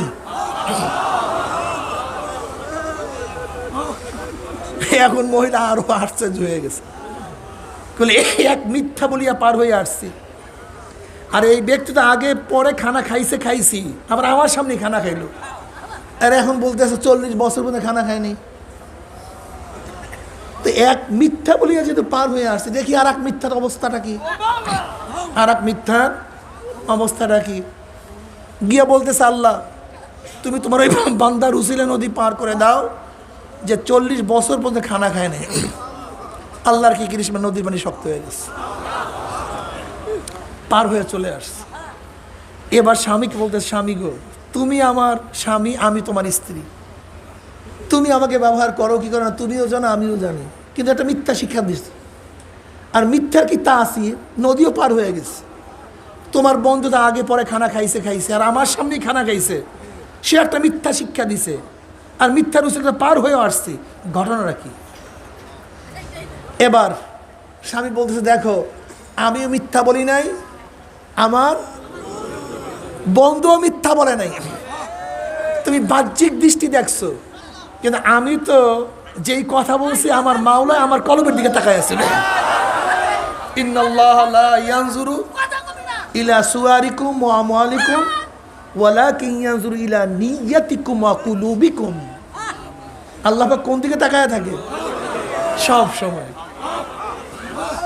বাহ্যিক দৃষ্টি আল্লাহ করেন না তো। ইন্নাল্লাহা লা ইয়ানজুরু ইলা সুয়ারিকুম, তোমার কত সুন্দর চেহারা, তুমি কত বড় ধনী, কোন ব্যক্তি, কত বড় আলেম, কত বড় মুহাদ্দিস। লা ইয়ানজুরু ইলা সুয়ারিকুম ওয়া আমওয়ালিকুম, তুমি কত বড় টাকার মালিক, কত বিল্ডিং এর মালিক, কত ক্ষমতার মালিক না। ওয়ালাকিন ইয়ানজুরু ইলা নিয়াতিকুম ওয়া কুলুবিকুম, সব সময় কলবের দিকে। তা আমার মাওলা আমার কলবের দিকে তাকায় আছিল। আমি তোমাকে কি বলতে চাইছি দেখছে কে? আল্লাহ দেখছে। কল স্ত্রী শোনো, আমরা দুইজনে একই সাথে পীরের কাছে বুড়ি দইছি। এখানে আর একটা কথা মনে রাখতে হবে, খুব ভালো মতো বুঝবেন। এখানে পীর বলতে হক্কানি পীর উদ্দেশ্য কি? পীর উদ্দেশ্য যেমন অমুক আলেম ফতুয়া দিছে, আলেমের মধ্যে ভণ্ড আছে কি নাই? এখানে ভণ্ড উদ্দেশ্য না, উদ্দেশ্য আলেম। অমুক ফকি ফতুয়া দিছে, ফকির মধ্যে ভণ্ড 2 নম্বর আছে কি নাই? আবুল ফজল ফয়জি আছে কি নাই? কিন্তু উদ্দেশ্য সহি হক ফকি। ঠিক পীর ভণ্ড, এটা উদ্দেশ্য না, উদ্দেশ্য হক। জোরে বলেন কি? হক, হক। এখন কেউ যদি বলে আলেমরা সুপারিশ করবে, এটা কি শিরক হবে? কেউ যদি বলে পীরেরা সুপারিশ করবে, এটা কি শিরক হবে? কেউ যদি বলে জান্নাতীরা সুপারিশ করবে, এটা কি শিরক হবে? মনে রাখতে হবে পীর কি জিনিস, যার মধ্যে দুইটা জিনিস আছে, এলমে জাহের, এলমে বাতেন। ফকি সাহেব সে আলেম না? জোরে বলে সে আলেম না? তাকে ফকি বললেন কেন? মুফতি সাহেব সে কি আলেম না? তাকে মুফতি বললেন কেন? মুহাদ্দিস সাহেব সে কি আলেম না? মুহাদ্দিস বললেন কেন? যে মুহাদ্দিস সাহেব আলেম, কিন্তু হাদিসের বিশেষ গুণ তার মধ্যে আছে, এই জন্য মুহাদ্দিস বলছি। ফকি সাহেব আলেম, কিন্তু ফকি নফস, নিজের মধ্যে বহুত গভীর এলেম আছে, তার জন্য তাকে ফকি বলছি। মুফতি সাহেব আলেম, কিন্তু সে মুতালা করছে, রেফারেন্সে ফতুয়া দেওয়ার যোগ্যতা অর্জন করছে, এর জন্য আমি তাকে মুফতি বলছি। আদিব সাহেব আলেম, সাহিত্যকতার জ্ঞান তার মধ্যে আছে, এর জন্য আদিব বলছি। পীর সাহেব আলেম, কিন্তু এলমে মারিফতের গুণ তার মধ্যে আছে, এর জন্য পীর বলছি। আলেম না তা না, বিশেষ গুণ তার মধ্যে আছে, এর জন্য আমি তাকে পীর বলছি। এখানে পীর বলতে তুমি ওই আট্টসি মনে করছো নাকি? এটা পীর বলতে মাসবাড়ির মনে করছো নাকি? এটা পীর বলতে রাজারবাগি মনে করছো নাকি? ওই ভণ্ড সাহিত্য মনে করছো নাকি? পীর বলতে যার মধ্যে এলমে শরীয়ত, এলমে মারিফত উভয় আছে, তাকেই পীর বলছি। এখন কেউ যদি বলে পীর তার মুরিদের জন্য সুপারিশ করবে, এটা কি হবে? আসলে তোমার সুপারিশের হাদিস জানা নেই, এই বিষয়ে গত বছর আলোচনা করছি, শুনিয়া নিও। এবার বলতেছে দুইজন একই সাথে পীর সাহেবের কাছে মুরিদ হয়েছে। পীর সাহেব বলছেন, বাবা যা কিছু করো লিল্লাহি রাব্বিল আলামিন, মাওলার জন্য করিও, রেজায় মাওলার জন্য করিও। ওই দিন নিয়াত করছি যা কিছু করব কার জন্য? আল্লাহর জন্য। দেখো আমি তোমাকে বিবাহ করছি, কেন করছি? আল্লাহর হুকুম পালন করার জন্য। আমি তোমার সাথে মিশি, সোহবাতে যাই, আমার নিজের খায়েশের জন্য নয়, নিজের শারীরিক চাহিদা মিটাবার জন্য নয়। আল্লাহ পাক ওয়াশিরু হুন্না, তোমরা স্ত্রী ব্যবহার করো, তাদের সাথে চলো ফেরো থাকো, এই কারণে আল্লাহর হুকুম পালন করার জন্য, নিজের জন্য না। আল্লাহ হুকুম করছেন বিধায় আল্লাহর হুকুম পালন করছি। আমার উদ্দেশ্য ছিল কি, ও মাওলা হে, তুমি তোমার ওই বন্দার উসিলায় নদী পার করে দাও, যে নিজের জন্য বিবাহ করে নাই, বরং তোমার হুকুম পালন করার জন্য বিবাহ করছে, তার উসিলায় নদী পার করে দাও। আমার বন্ধু গোস্ত বাড়াবার জন্য খায় না, আমার বন্ধু শরীরকে তাগড়া করার জন্য খায় না, আমার বন্ধু বাঁচার জন্য খায় না। আল্লাহ পাক বলছে কুলু ওয়াশরাবু, খাও পান করো, আল্লাহ পাকের হুকুম। আমার বন্ধু কি বলছে, মাওলা হে, তোমার ওই বন্দার উসিলায় নদী পার করে দাও, যে নিজের বাঁচার জন্য, নিজের স্বাস্থ্য ঠিক রাখার জন্য, নিজের যৌনতাকে বাড়াবার জন্য খাদ্য খায়, তা না, বরং তোমার হুকুম পালন করার জন্য খাদ্য খায়, ওই বন্দার উসিলায় নদী পার করে দাও। ইন্না সলাতি ওয়া নুসুকি ওয়া মাহইয়াই ওয়া মামাতি লিল্লাহি রাব্বিল আলামিন। যা কিছু করি, আমার হায়াত, আমি কেন বাঁচতে চাই, আমার বাঁচার কারণটা কি? নবী আলাইহিস সালাত কি বলছেন, ওই হায়াত সবচেয়ে উত্তম হায়াত, যেই হায়াত লম্বা হবে নেকিও বেশি হবে। ওই হায়াত নিকৃষ্ট হায়াত, যেই হায়াত লম্বা হবে গুনাহও বেশি হবে। আমি বাঁচতে চাই কেন? আগামীকাল বাঁচলে আমার 5 ওয়াক্ত নামাজ আমল নামায় বেশি জমা হয়ে যাবে। আমি কেন বাঁচতে চাই? আগামী বছর বাঁচলে 1 মাসের রোজা আমল নামায় বেশি লেখা হয়ে যাবে। আমি 1 মুহূর্ত কেন বাঁচতে চাই? মুআজ ইবনে জাবাল রাদিয়াল্লাহু তাআলা قال رسول الله صلى الله عليه وسلم ليس يتحسر أهل الجنة إلا على ساعة مرت بهم لم يذكر الله تعالى فيها। তিরমিজির মধ্যে রওয়ায়াত আছে, জান্নাতের মধ্যে জান্নাতীরা আর কোনো আফসোস করবে না, শুধু অতটুকু আফসোস করবে দুনিয়ার মধ্যে যেই সময়টুকু মাওলার জিকির ছাড়া কাটাইয়া দিছে, আমি আর 1 সেকেন্ড এর জন্য বাঁচতে চাই যেন আমার আমল নামায় একবার সুবহানাল্লাহর সওয়াব বেশি লেখা হয়ে যাবে। আমি এর জন্য বাঁচতে চাই আমার আমল নামায় একবার আলহামদুলিল্লাহর সওয়াব বেশি লেখা হয়ে যাবে। আমি এর জন্য বাঁচতে চাই আমার আমল নামায় তেলাওয়াতের সওয়াব বেশি লেখা হয়ে যাবে। আমি এর জন্য বাঁচতে চাই আমি এত মানুষকে দাওয়াত দিছি, যদি আর একটা মানুষকে দাওয়াত দিতে পারি, এই যারা চরমোনাইতে দাওয়াত দিয়া যাদেরকে নিয়ে আসছেন ওরা হেদায়েত আল্লাহ যদি আল্লাহ যদি ওদেরকে হেদায়েত দিয়া দেয়, ওরা জিন্দিগিভর যত ন্যাক করবে, যাদের দাওয়াতে তারা আসছে দায়ীদের আমল নামা ওই পরিমাণে ন্যাক আল্লাহ লিখে দেবে। এর জন্য আব্বাজান দাদাজান বলতেন চরমোনায় মুজাহিদরা হলো পালা গুগু। কি গুগু? হ্যাঁ, পালা গুগুর কাজ কি? বন্যা গুগু। এক পালা গুগু হাজারো বন্য গুগু শিকার করতে পারে। আব্বাজান রহমতুল্লাহ আলাইহির কাছে অনেক মুজাহিদ এসে বলতো, হুজুর আমি অমুক জায়গায় একা। চরমোনায় মুজাহিদ একা থাকতে পারে না। চরমোনায় মুজাহিদ আবার অনেকে বলে আমরা বলে দাওয়াত দিই না। আচ্ছা, দাওয়াত না দিলে এই চরমোনায় এত লক্ষ লক্ষ লোক আসলো কোথার থেকে? আমি কেন বাঁচতে চাই? আমার আমল নামায় আর একজন দাওয়াতি লোক বেশি সংযুক্ত হয়ে যাবে। আমি কেন বাঁচতে চাই?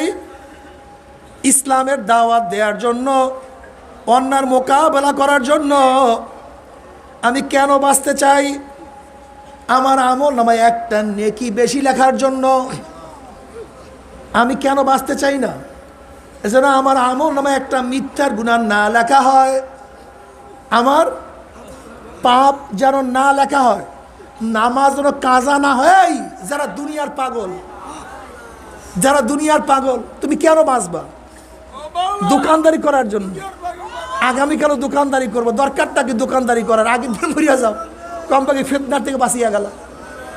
আগামীকাল চাকরি করবা, একদিন আগে মরিয়া যাও, কমপক্ষে চাকরির ঝামেলার থেকে বাঁচতে পারবা। আগামীকাল কৃষি করার জন্য একদিন আগে মরিয়া যাও, কমপক্ষে কৃষির কষ্ট থেকে নিজেকে হেফাজত করতে পারবা। কিন্তু আমি মরতে চাই কেন? আল্লাহর রাস্তায় শহীদ হয়ে যাব। আমি মরতে চাই কেন? মাওলার সাথে দেখা করার জন্য। কেন? মাওলার সাথে বন্দার পর্দা হলো মৃত্যু। মৃত্যু হইলে মাওলাকে দেখতে পারবো, এর জন্য মরতে চাই। এর জন্য কি বলা ঠিক না? ইন্না সালাতি ওয়া নুসুকি ওয়া মাহইয়ায়া ওয়া মামাতি লিল্লাহি রাব্বিল আলামিন। যারা চরমোনায় ময়দানে আসছেন, আমাদের জানি ইবাদত, আমাদের মালি ইবাদত, আমাদের বাঁচিয়া থাকা, আমাদের মৃত্যুবরণ করা কার জন্য? একমাত্র আমার মাওলার জন্য। যদি মাওলার জন্য সব কিছু হয়ে যায়, মাল্লাহুল মাওলা ফালাহুল কুল। যার জন্য মাওলা হয়ে যাবে তার জন্য সব কিছু হয়ে যাবে। জোরে বলেন সুবহানাল্লাহ।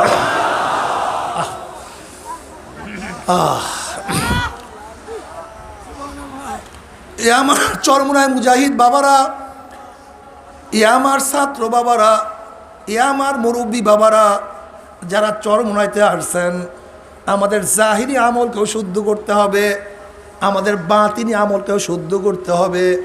রিয়া রাখা যাবে না, কেবের রাখা যাবে না। কেবের সবচেয়ে মারাত্মক এক গুনাহ, বরক্ত। এটা আল্লাহ সহ্যই করতে পারে না। সহ্যই, যার মধ্যে বরক্ত আছে তাকে আল্লাহ মাহরুম করিয়ে দেন। আল্লামা থানভী রহমাতুল্লাহ এক ঘটনা নিয়ে আসছেন। হজরত আব্দুল কাদের জেলানী রহমাতুল্লাহ আলাই, জুয়ান মানুষ, আব্দুল কাদের জেলানী রহমাতুল্লাহ জুয়ান মানুষ, তিনি রওনা করছেন এক আল্লাহর ওলির সাথে সাক্ষাৎ করার জন্য। পথি মধ্যে আরও 2 ব্যক্তির সাথে সাক্ষাৎ করে। ভাই আপনারা কোথায় যান? বলে আমরা ওই ব্যক্তির সাথে দেখা করার জন্য যাইতে আছি, অমুক আলেমের সাথে দেখা করার জন্য যাইতে আছি। এখন পরস্পরে আলোচনা করতে আছে, তুমি কেন যাও, আপনি কেন যান, আপনি কেন যান।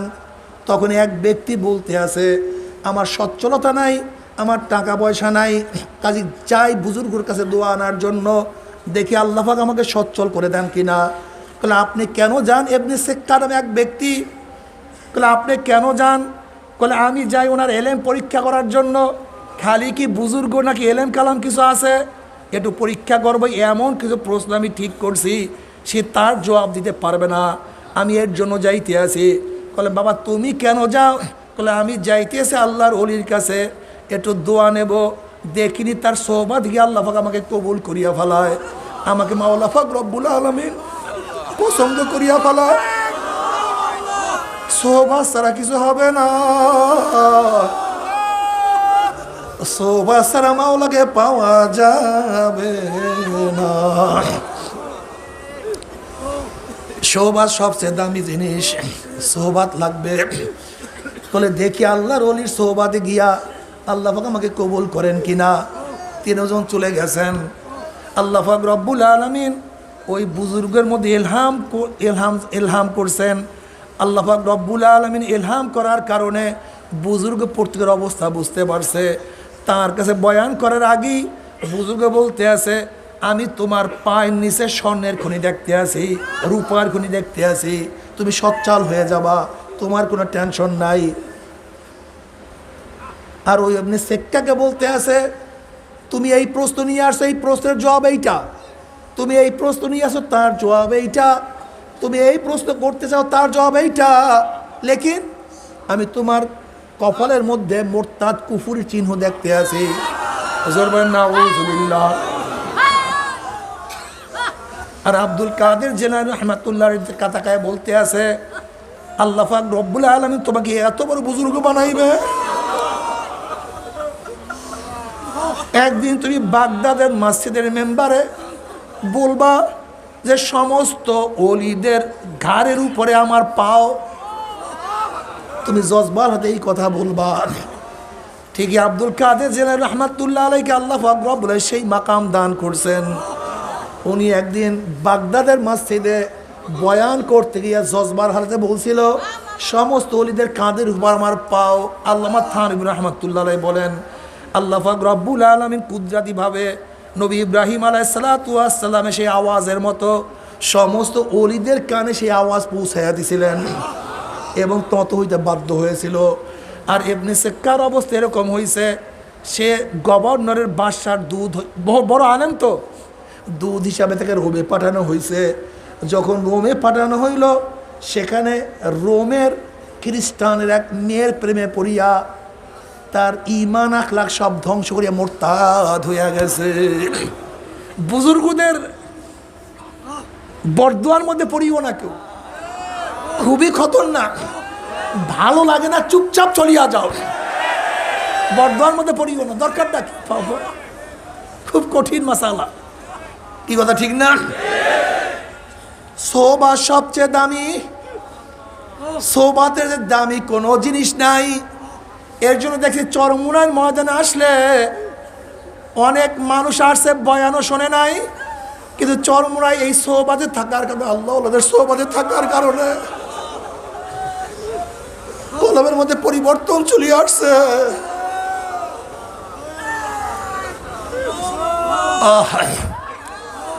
এখানে কি যে মজা,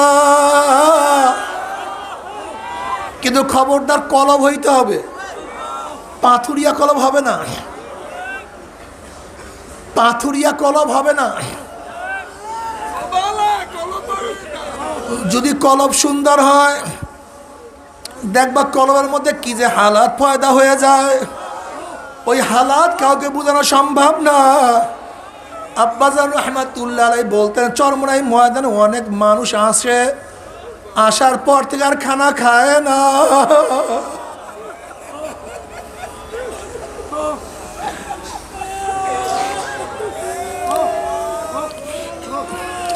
এরকম আব্বাজান বারবার বলতেন।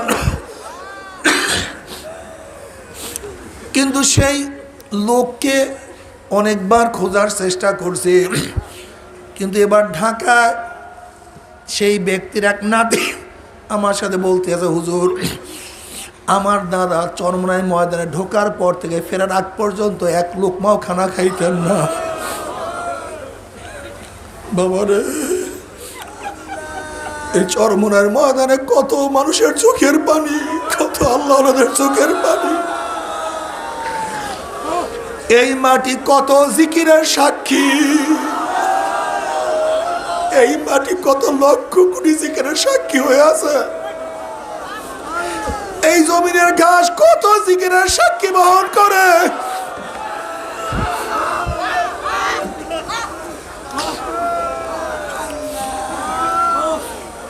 আল্লাহ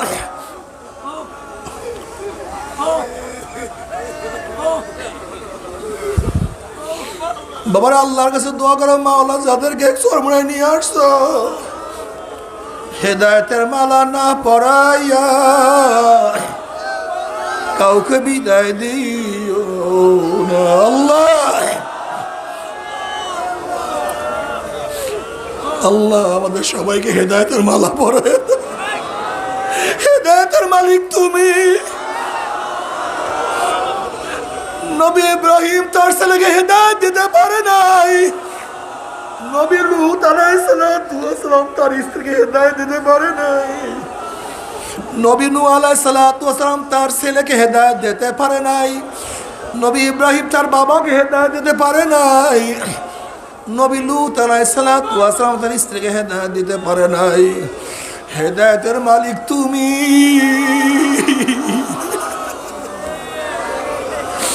হেদায়েতের মালিক তুমি। হেদায়েতের মালা না পরাইয়া কাউকে বিদায় দিও না।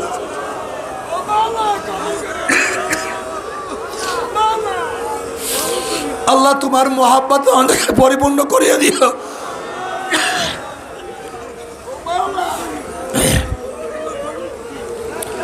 আল্লাহ বাবারে যে মাওলা হেদায়েত দিয়াই দেয়, আর কোনো টেনশন নাই, আর কোনো চিন্তা নাই।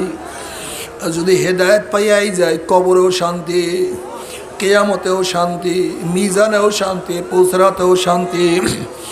জনাবে মুহাম্মদ রাসূলুল্লাহ সাল্লাল্লাহু আলাইহি ওয়াসাল্লাম ডাকিয়া ডাকিয়া নিজের হাতে হাউজে কাউসারে পানি পান করাইয়া দিবে। আল্লাহ তুমি কবুল করিয়া নাও।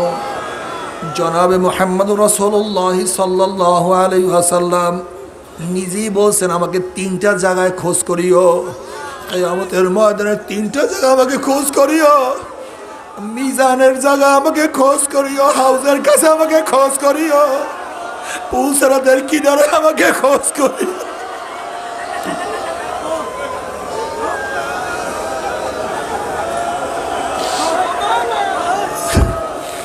বাবারে ও যুবকরা, ও আমার মুরব্বী বাবারা, আমার নবীকে খোঁজ করার জন্য যখন আমরা তার কাছে যাব, যদি আমার নবীর চেহারায় দাড়ি থাকে, আমার চেহারা দাড়ি না থাকে, আমার নবীর সামনে কেমনে দাঁড়াবো?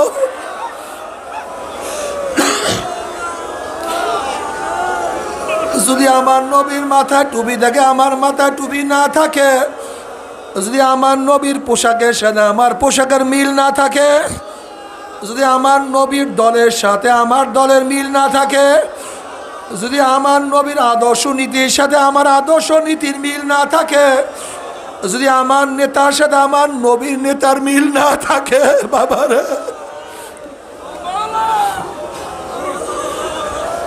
যদি আমার নেতার সাথে আমার নবীর মিল না থাকে, আমার নবীকে চিনতে পারবো না,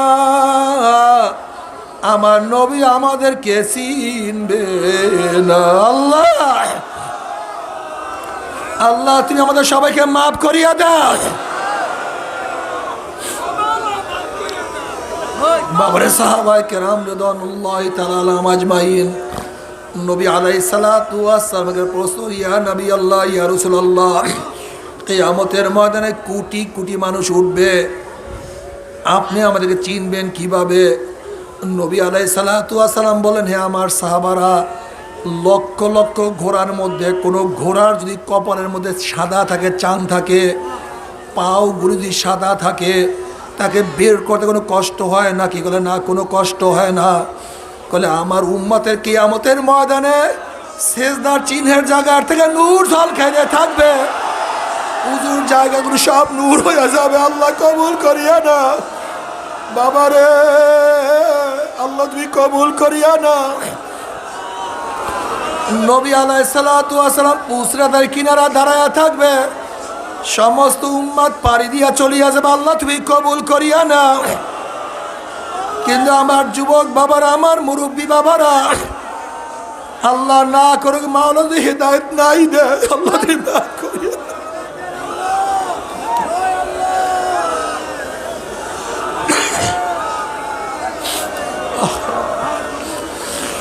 যদি মাওলা হেদায়েত নাই দেয়,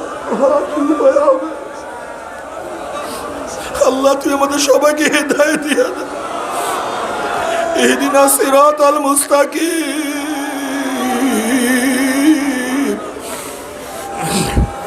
ইহদিনাস সিরাতাল মুস্তাকিম, ইহদিনাস সিরাতাল মুস্তাকিম। মাওলা হেদায়েত দিয়া দাও, হেদায়েতের মালা না পরাইয়া না ডাক দিও না, ডাক দিও।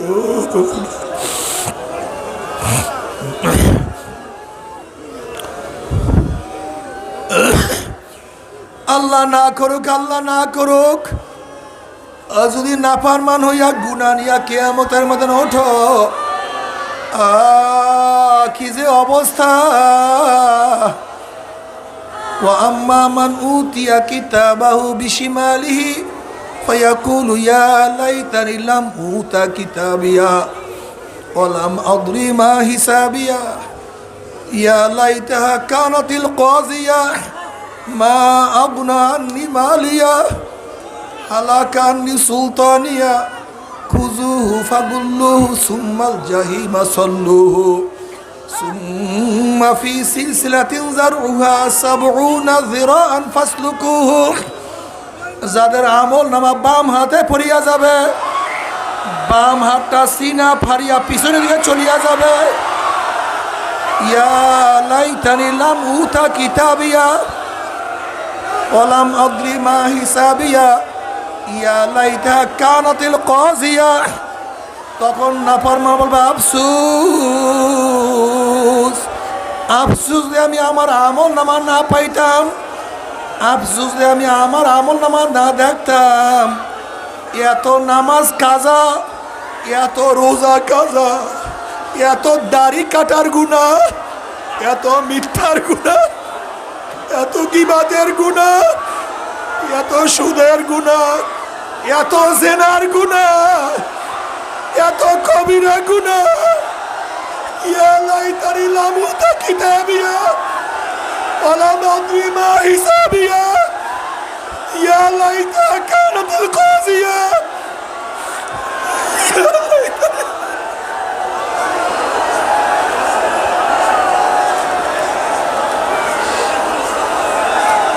আল্লাহ আমাদের মাফ করিয়া দাও।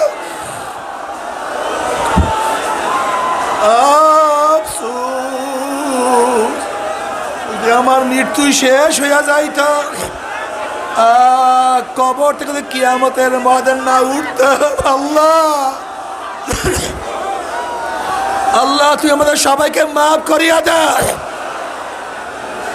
আমাদের সবাইকে ক্ষমা করিয়া দাও।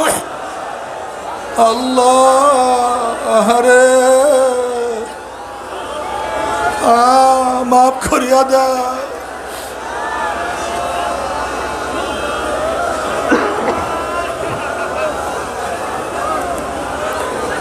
মাগনানি মালিয়া হালাকানি সুলতানিয়া। এখন নাফরমান বলবে আমার মাল আমাকে কোনো উপকার করতে পারলো না,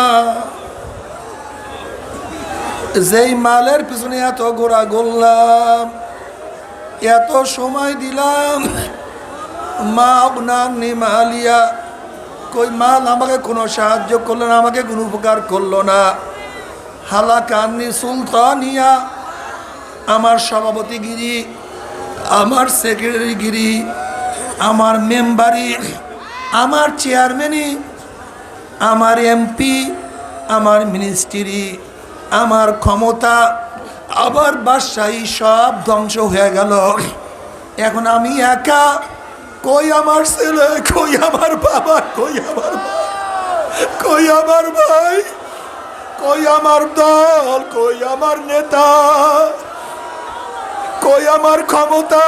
কিছু নাই, কিছু নাই, কিছু না। আল্লাহ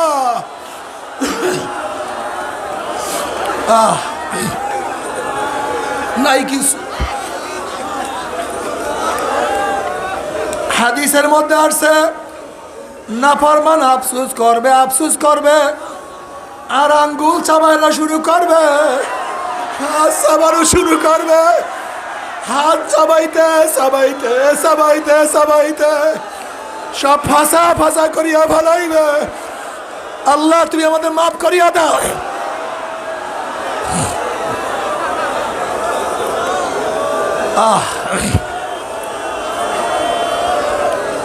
কিয়ামতের ময়দান খুবই মারাত্মক, খুবই ভয়াবহ জায়গা। জনাবে মুহাম্মদ রাসূলুল্লাহ সাল্লাল্লাহু আলাইহি ওয়াসাল্লাম ফরমান, কিয়ামতের ময়দানে সমস্ত মানুষ উলঙ্গ অবস্থায় উঠবে। আম্মা জান আয়েশা রাদিয়াল্লাহু বলেন, ইয়া নবী আল্লাহ, ইয়া রাসূলুল্লাহ, আমরাও কি কিয়ামতের ময়দানে উলঙ্গ অবস্থায় উঠবো নাকি? হ্যাঁ, তোমরা উলঙ্গ অবস্থায় উঠবা। আমাদেরকে লজ্জা লাগবে না? আমাদেরকে শরম লাগবে না? আয়েশা রে, কিয়ামতের অবস্থা এত মারাত্মক, এত কঠিন, সমস্ত মানুষের চোখ উপরের দিকে উঠবে, নিচের দিকে নামাতে পারবে না। আল্লাহ তুমি আমাদের সবাইকে মাফ করিয়া দাও। এখন আফসোস করতে থাকবে, আমার মাল নাই, আমার সাথী নাই, আমার কিছু নাই।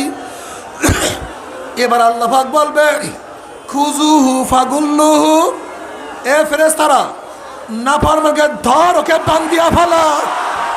খুজুহু ফাগুল সুম্মাল জাহিমা সাল্লুহু। আল্লাহ পাক হুকুম দেওয়ার সাথে সাথে যেইভাবে কুকুরের পায়ের মধ্যে রশি লাগাইয়া কুকুরকে টানতে টানতে কূপের মধ্যে ফালাইয়া দেয়, ঠিক নাফরমানের হাত পায়ের মধ্যে শিকার লাগাইয়া টানতে টানতে টানতে টানতে জাহান্নাম জাহান্নামে ফালাইয়া দিবে। আল্লাহ মাফ করিয়া দাও বাবারে।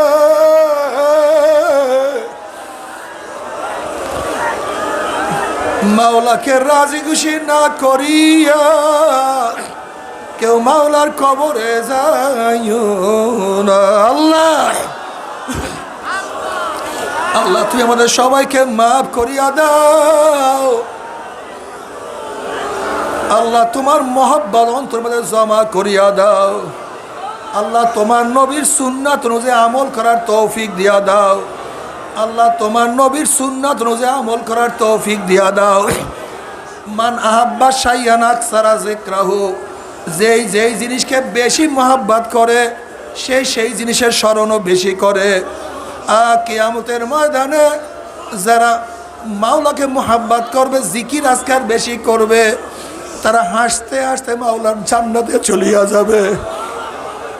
কাজী এমনভাবে মাওলার জিকির করব যেন মাওলার রাজি খুশি না হইয়া পারে না। লা ইলাহা ইল্লাল্লাহ।